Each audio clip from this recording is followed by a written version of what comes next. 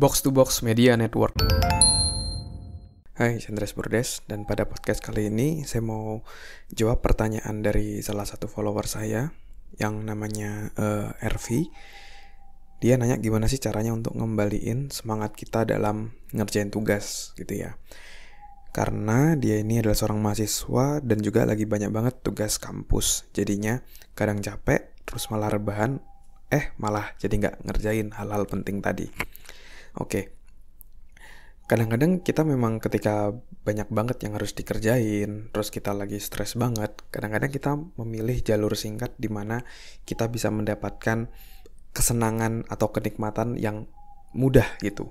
Salah satunya adalah dari kita rebahan, nonton Netflix, ngecekin sosial media, itu bikin kita happy. Tapi itu tidak produktif gitu ya. Jadi kita hanya mengerjakan apa yang mudah, apa yang menyenangkan, tapi tugas-tugas kita tidak terselesaikan. Dan tenang aja, kamu gak sendirian RV, banyak banget yang seperti itu. Saya pun juga pernah seperti itu, dimana ketika banyak tugas malah memilih misalnya main game untuk akhirnya mendapatkan kesenangan tadi, tapi kerjaan tadi tetap numpuk kayak gitu. Nah, untuk bisa mengembalikan semangat, kita harus tahu dulu nih, kenapa sih kok kita jadi gak semangat dalam mengerjakan tugas atau pekerjaan kita. Bisa jadi nih RV, salah satunya adalah karena kita frustasi. Ketika ngerjain, karena sulit banget, akhirnya kita tidak bisa menyelesaikan tugas tadi dengan optimal. Dan menurut saya kalau kita punya semangat tinggi, tapi kita nggak punya strategi yang tepat untuk menyelesaikan, itu kita akan jadi frustasi gitu. Bayangin aja kita udah semangat, tapi cara yang kita lakukan itu nggak efektif. Itu ya akhirnya kita akan kepentok, akhirnya kita jadi frustasi, akhirnya jadi malas untuk mengerjakan. Maka dari itu, alasan yang sangat kuat atau motivasi yang kuat itu harus didukung juga oleh strategi yang tepat. Sehingga kita juga happy untuk menjalaninya. Kita akan bekerja jadi jauh lebih efektif dan mengurangi frustasi tadi. Nah, saran saya untuk bisa menyelesaikan hal tersebut dengan lebih efektif, kita harus meningkatkan diri. Ya, kita meningkatkan skill kita, kemampuan kita. Salah satunya adalah dengan cara coba belajar dari orang yang sudah sukses di bidang tersebut. Misalnya teman yang udah berhasil menyelesaikan tugas tersebut, bagaimana caranya. Sehingga kita akan tahu nih skill-skill apa yang dibutuhin dan kita akan jadi bekerja jadi jauh lebih produktif, jauh lebih efektif.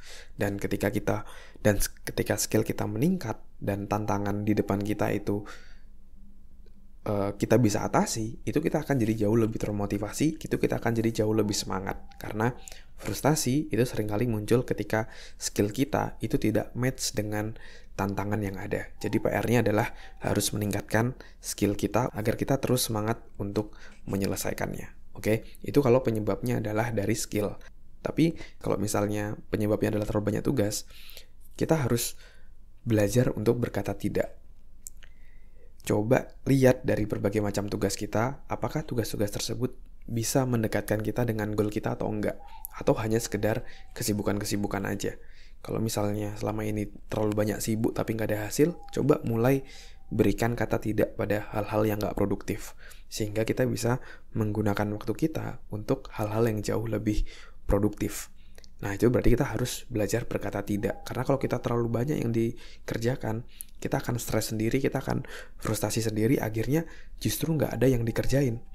Sama kayak di buku 4DX ya, 4 Discipline of Execution, semakin banyak goal kita, itu pencapaiannya akan jadi semakin sedikit karena kita tidak bisa fokus pada apa yang ingin kita capai. Lebih baik fokus pada beberapa yang paling penting, tapi kita benar-benar mencapainya. Jadi itu ya jawaban untuk RV untuk bisa mengembalikan semangat.